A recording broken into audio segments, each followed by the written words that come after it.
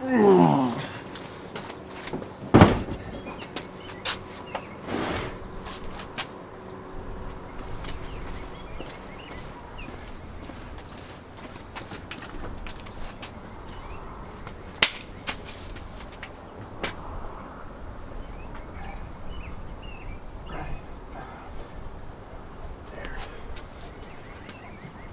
looks pretty good, don't you think? Yeah. Me too. Hey guys, what's going on? It's Josh here with Take'em TV, and today we're going to be talking about this whole contraption you guys see right here in front of me. As you guys know, surface drives have become a huge thing in the hunting community, duck hunting community nowadays, as well as turbocharged surface drives. There's a lot of companies out there making their own kits, but they're making them for the Vanguard motors, they're making them for the GTR motors. Basically anything that is fuel injected, they are making a turbocharged kit for them. So ever since I went ahead and swapped my motor last year to a Predator, I've been kind of toying around with the idea of turbocharging it. However, I didn't want to necessarily do it to my brand new motor that I just bought last year. So I've been on the hunt for a while for a project motor, as you would say. And we got a perfect contender here. This is a 22 horsepower Predator motor that I actually bought off one of my buddies for a really good deal.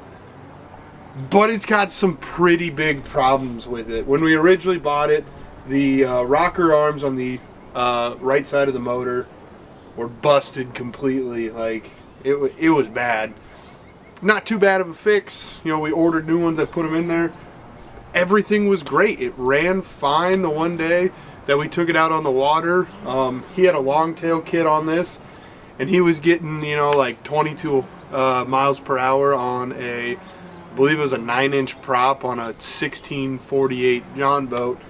But that was pretty much the end of us driving this motor for last season.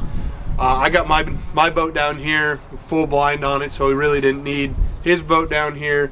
And where he lives, he's got a buddy up there with a super nice, like 20-foot, all hard side blind boat. So he never really used it, so it sat all winter long. And he kind of came to the realization earlier this spring that, hey, maybe it's just time to sell my boat. And he started working on getting everything, you know, cleaned up, making sure the motor ran, and that's where we came into some issues. Unfortunately, I drove up there to help him out because I got it all tuned. I had it all running really, really well.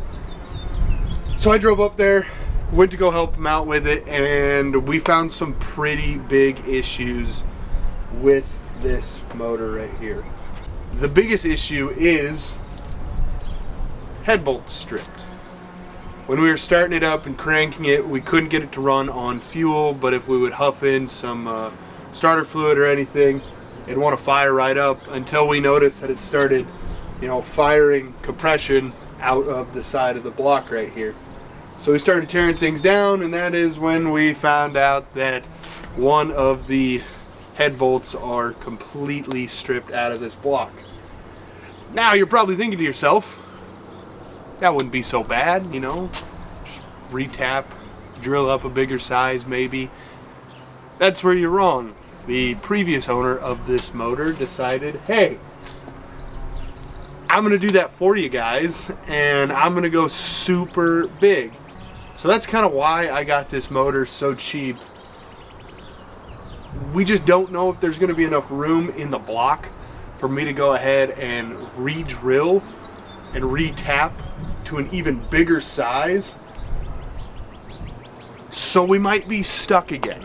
But I wanted to show you guys this because this is ultimately what I want to do with this motor. I want to go ahead and turbocharge this motor. We are going to be doing a blow-through style carb. So it's all different. It's not what I'm used to.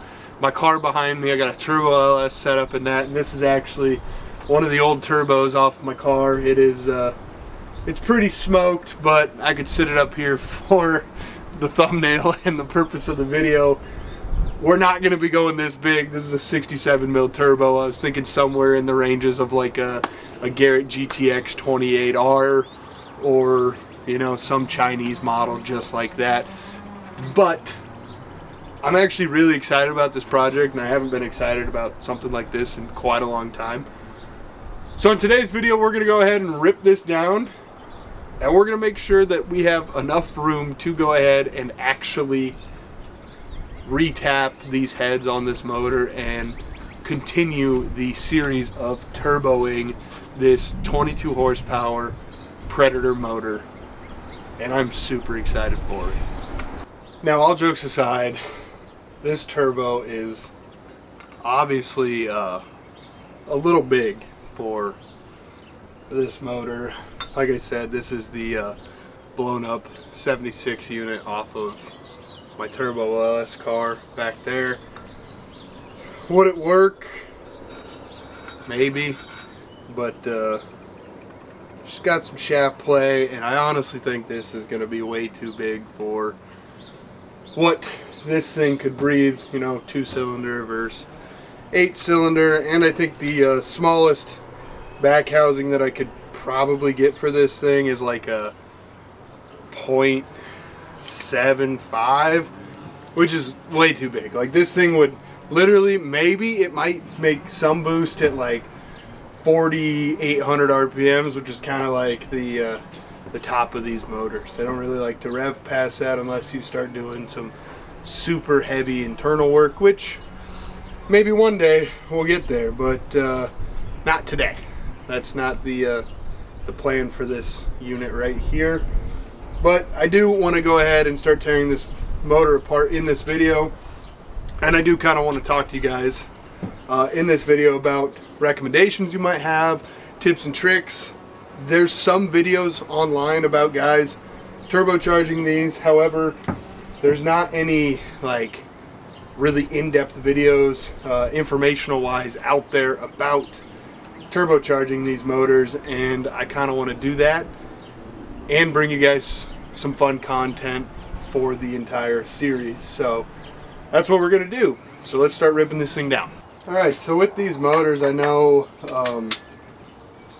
some of these things can be pretty pesky with them, whether it be the ignition system on them or the actual you know, intake itself, or not intake, I guess carburetor. If you guys aren't familiar with the Predator series motors, they come mismatched, like the jets are mismatched from factory. So for the carburetor, one of the things that we're going to do is go ahead and get rid of the factory carb on it, and we're probably going to go ahead and upgrade to like a single carburetor, like a Mikuni, or even a like an older motorcycle carb, something that's going to be able to flow enough fuel but isn't going to break the bank, because ultimately I don't want to spend a whole bunch of money on this. This is just a fun project for me. It's not supposed to be something that is incredibly expensive. It's just something to see if I can do it, in all honesty. That's really what this project is for me. As you can tell, this motor is used and abused, and on this cylinder right back here is where most of our problems come from with this motor. So I'm just going to go ahead, I'm going to zip off this whole intake assembly up here just so we have more room down in this valley, and then once we get that taken off, we can really start to dive in on this right hand side right here and go through all of the damage that we actually have.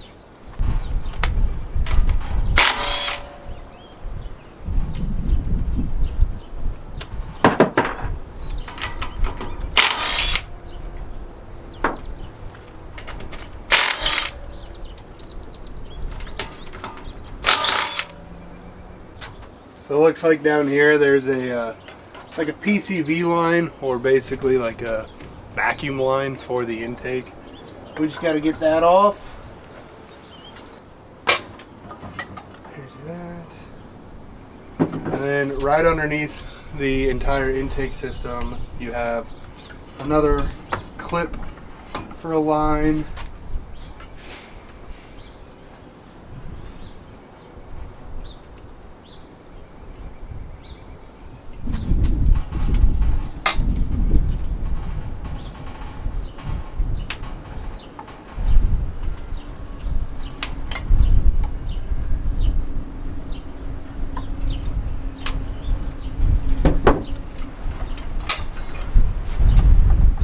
Right there we have our entire intake system taken off of the motor itself.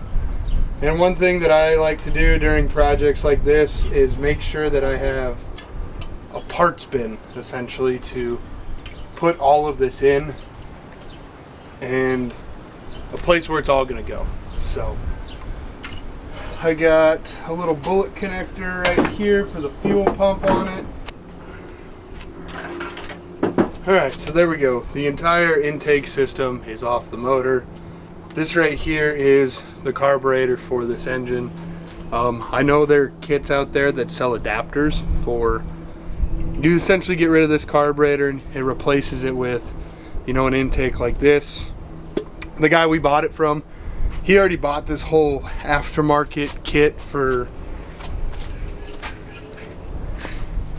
this stupid pod filter thing. I can understand how it would work, supposedly breathe better, but I honestly wouldn't have spent the money on it. I would have just left it stock throttle body. But we're not going to come back and visit this for probably a while. We're more worried about the internals of that motor right now. Alright, so off camera I just went ahead, I took off the entire ignition system in the starter. Just didn't think you guys wanted to watch that, in all honesty. So next we're going to go ahead and take off the exhaust. These are kind of pain in the ass to get out. They're really not a good location, and it's not fun, in all honesty. But when you get them going, or when you get them loose, they'll come off pretty easy.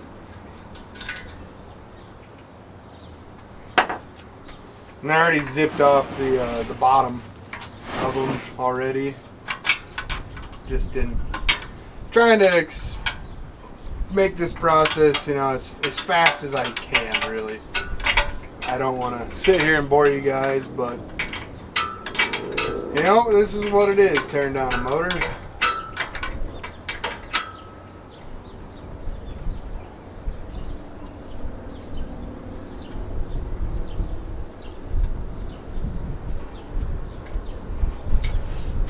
And I'm hoping that taking this off, we'll start to see some of the symptoms of maybe why it lifted this head and some of the issues. Yup! There it is. Oh lordy lordy. I don't know if you guys can see that, but I'm gonna drop you guys down and bring you over here and let you see this.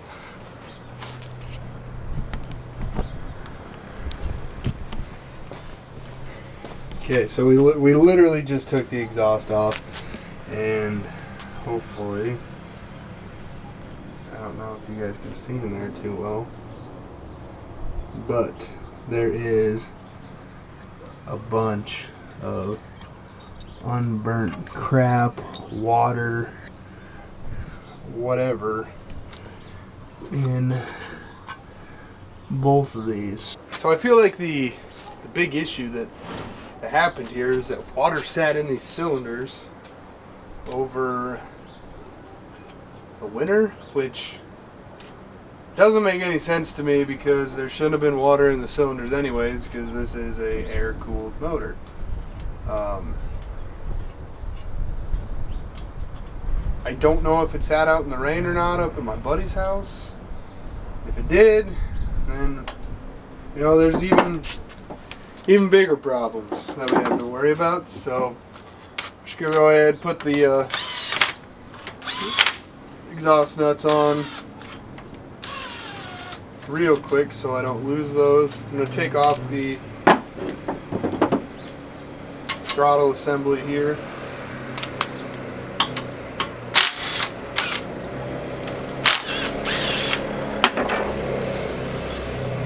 Alright, so now we're finally getting to the finale, as I'll call it, of this. It's this bolt right here, the bottom left of the right side cylinder head. It's our problem child, and we got to figure out if we can even fix it. And I really don't want to go and take all this off, but we need to. So I'm going to leave all the fluid in the motor just because we're not opening the case or anything on the back side. There's not going to be enough there's not going to be enough oil in the motor to have it coming out of the cylinder head. But we're going to go ahead and start popping off all of these little trim screws around for this heat shielding that's on this motor everywhere.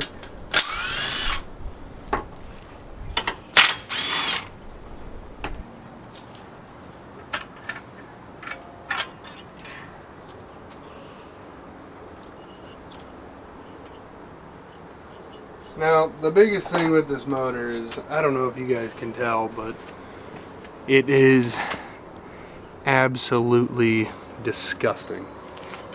Whoever built this the last time didn't care about any of this at all, and they kind of just threw everything together.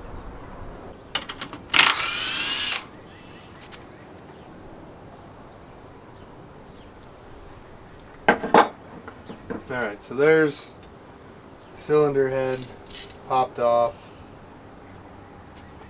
Everything inside here looks fine. I mean, your valves look good. I don't see anything that would be damaged. Alright, so we have some pretty good damage on our oil filter here, which I'm okay with because we might order a new one of these, a different style one. This is probably where we're going to get our like our turbo feed from and everything, which is fine. So this being damaged doesn't hurt me too bad. Could we still use it? Yeah, but I'd rather just get a new one. This side of the motor looks really good. It looks fine. It looks healthy. I don't see too many issues with it. However, I do believe this is the side we had issues with. Now for the opposite side of the motor, go ahead and zip all these bolts off here. This side is pretty ugly in how it's all put together and hanging on.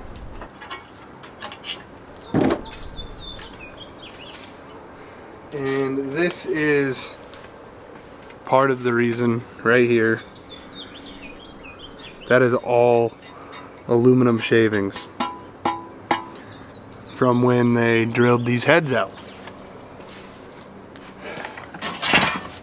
Not particularly happy about this. However, like I said, I got this motor extremely cheap, so I'm not too worried about it. But pop that off. Gasket came with, which is alright. This side, these rockers, that rocker's bent right there. I look at it, and that looks bent. Those are the new ones I put in. Whoever built this motor did some really weird things. These are grade 8 bolts on this side. They're not supposed to be grade 8 bolts at all. So that brings in some issues. So let's go ahead and start popping these off. So one of the first things we got to do on these is take the rockers off. Just want to make sure you have the right Allen. Make sure you're pressed in good, and you don't have to take these all the way out, as you don't want to lose them, in all honesty.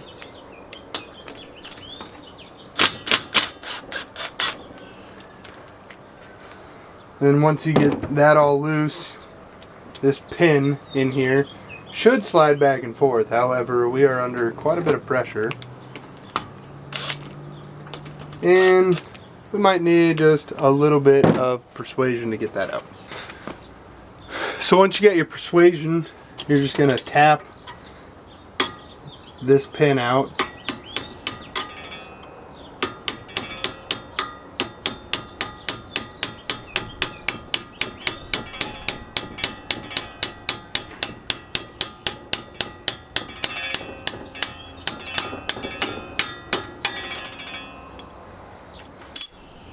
And that is your rocker arm. Might not be bent. This was the one I thought was bent. However, this will probably be a part that we go ahead and upgrade.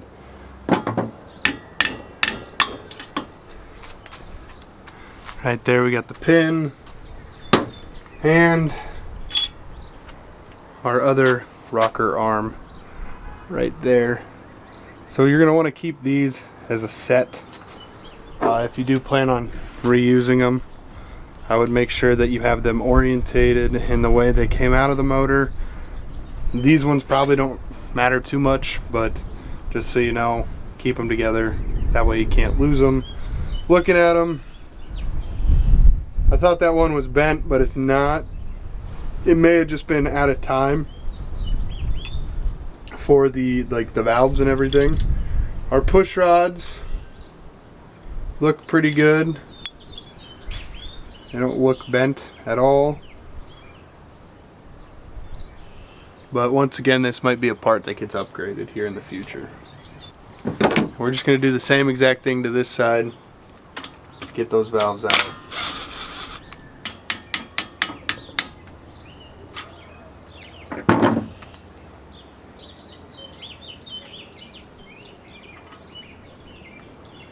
Number one looks good. Don't want your pins everywhere, kids. Oh. Now I know these two should be perfectly fine. They were literally brand new. I don't think there's anything wrong with these. This motor might have an hour on it of runtime. Which is kind of why I'm super worried about it, but once again, push rod looks okay, and push rod looks okay. They look to be straight. Give them a little roll test. Don't see any wibble wobblies. So I'm going to say we're probably alright on push rods and valves. However, this is where we get into the unknowns of these motor. So right here we were having some issues with this, and it looks like I'm gonna actually have to go to chrome sockets to get these out, which I'm alright with. Alright, so here we go. These are 14s. I hope, yeah, they'll fit in there. Yeah, we're good. I believe it was this one that we had the issues with. I think this one was alright. However, you are going to want to take these off with a hand wrench, and if you can, you know, make it to where it is as even as possible. So, you know, bottom, top, I can tell you right now that that one is our problem, just from how tight these other ones are. Essentially, taking them off in a star pattern is just making it to where you're not gonna stress the head out, maybe crack it. You know, these heads are small, they are aluminum. You're gonna want to make sure you take it off nicely, I would say. So now that we got everything loose, we can just go ahead, zip them out. This one is our problem cylinder. I can already see threads on there.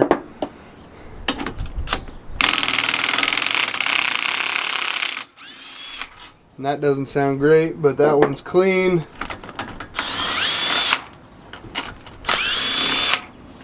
And those two came out fairly easy as well. So these right here are our top two cylinders. They look good. I mean, there's a little bit of crust on them. Now these are our bottom two. You can see this one, it's alright. This one, those threads are full of junk. Looks like it had water sitting in there. And that's ultimately what I'm guessing happened to this motor, is we had a whole bunch of water somehow get into this thread and pop it over the winter. So now all the head bolts are out. We should be able to just pop our head off, taking gasket with it.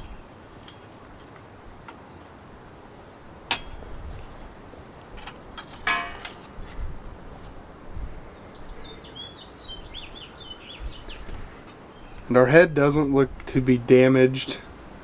It looks pretty good, in all honesty,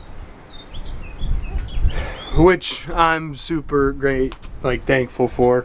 That mating surface looks good. There's a little nick right there, but inside we don't see any big signs of like detonation or, you know, this thing blowing up on itself, or you know, issue with the valves, which is a really good thing. I mean, on this one you can see, so this would be the intake valve.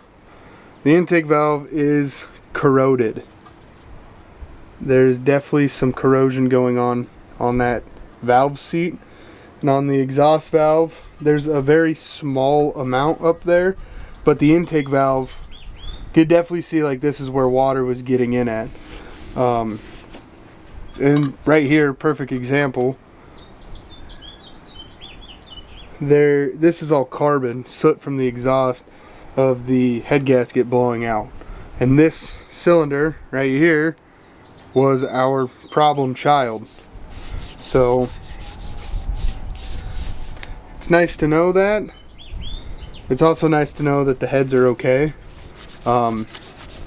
If we do go ahead and reuse these heads, I'm confident in them. They don't look bad. They look in fairly good shape. The only thing we might do is pop these valves out, put some new valve seals in them, and possibly lap the valves in, get them to seal tighter so we get more compression on the motor.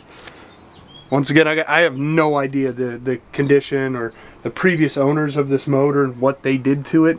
All what I know is down here on this stud right here, we have a problem. And that problem is those threads. Head gasket, you can see there's moisture in there. All in it. All that like kind of creamy. That's water mixed with the oil. Other than that, the head gaskets look good. We're definitely going to get a fresh set. But just keep them around. You never know.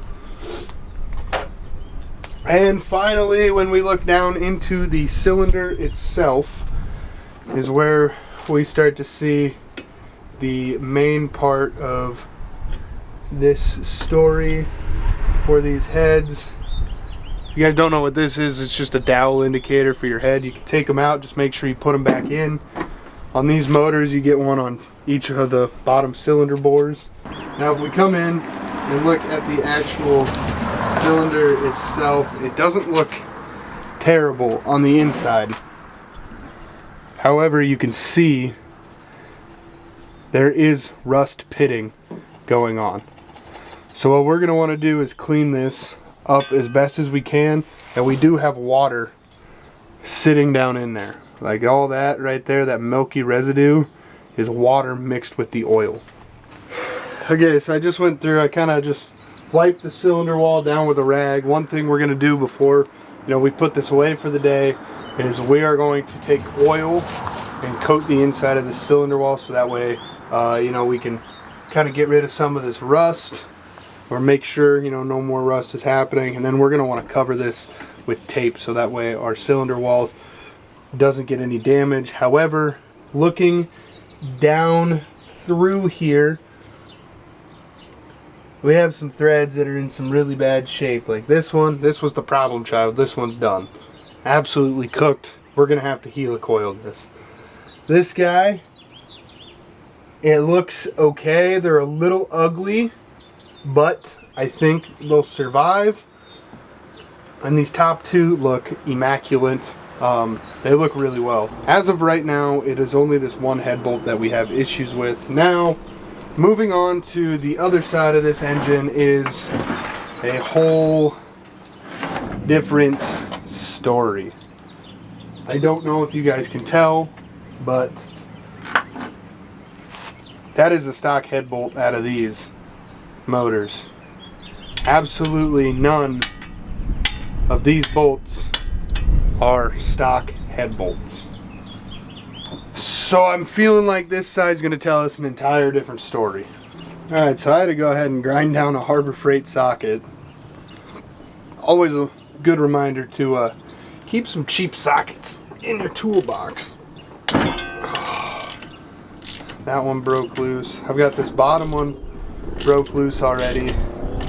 I'm hoping that it'll give me enough room to get this out, because it'll fit on that one just fine. However, this one's tight.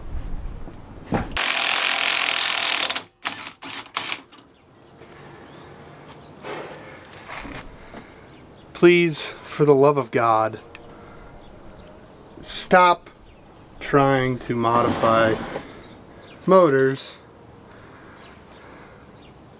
with grade A bolts.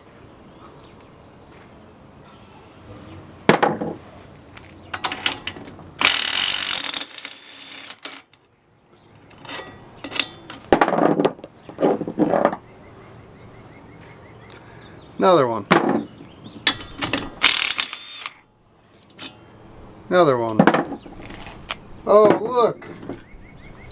It's not a factory bolt.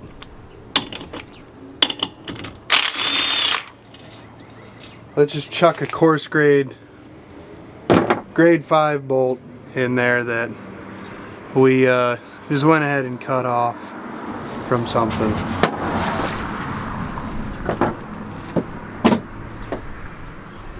So, as you can see, we got some damages. I think the head's fine. In case you're wondering, that's what I had to do to a socket, just to fit it in there. But let's go ahead, pop her off, and oh my God, we got a milkshake. Another thing I want to go ahead and point out is there's no dowels in this motor at all. No dowel pin in there, no dowel pin in there. This one actually has a time cert in it. I can see it right there. There's a time cert.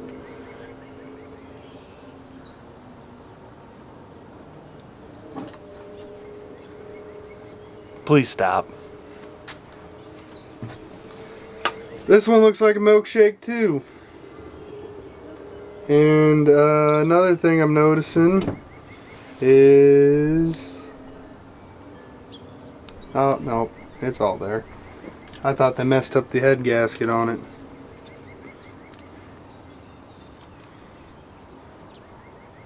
Gaskets look fine. This cylinder looks way worse. There is a lot of water sitting in that cylinder right there.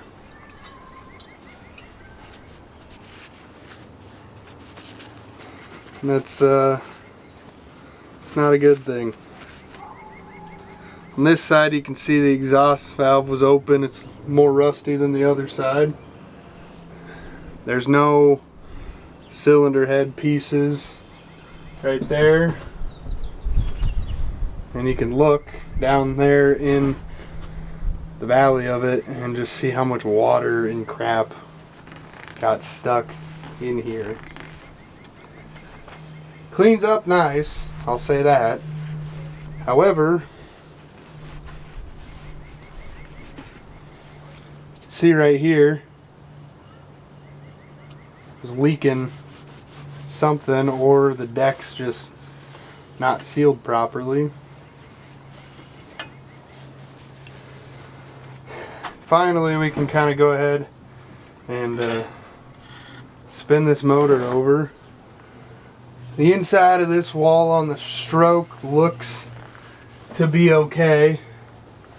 They're coming up flat, which is good. Just a little bit recessed underneath there. Exactly what we want. Now let's go ahead, spin it around. Check out this side. Cylinder wall looks good all the way down. Wipe her out a little bit more.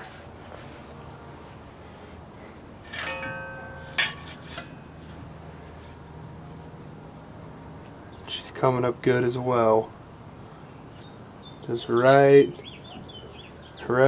underneath the top of that, which is exactly what we want. So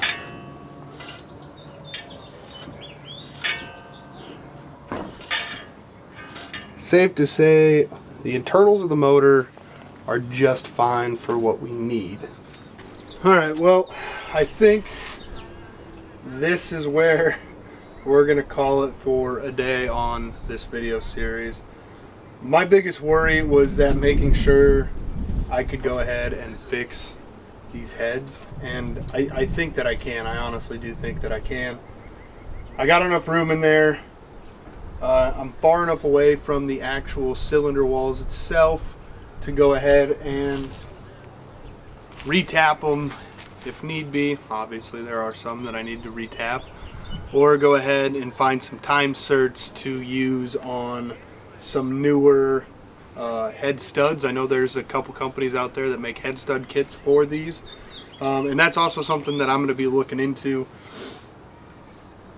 Is that a viable option for me, or is it not? And this is kind of where I want to use you guys in this video.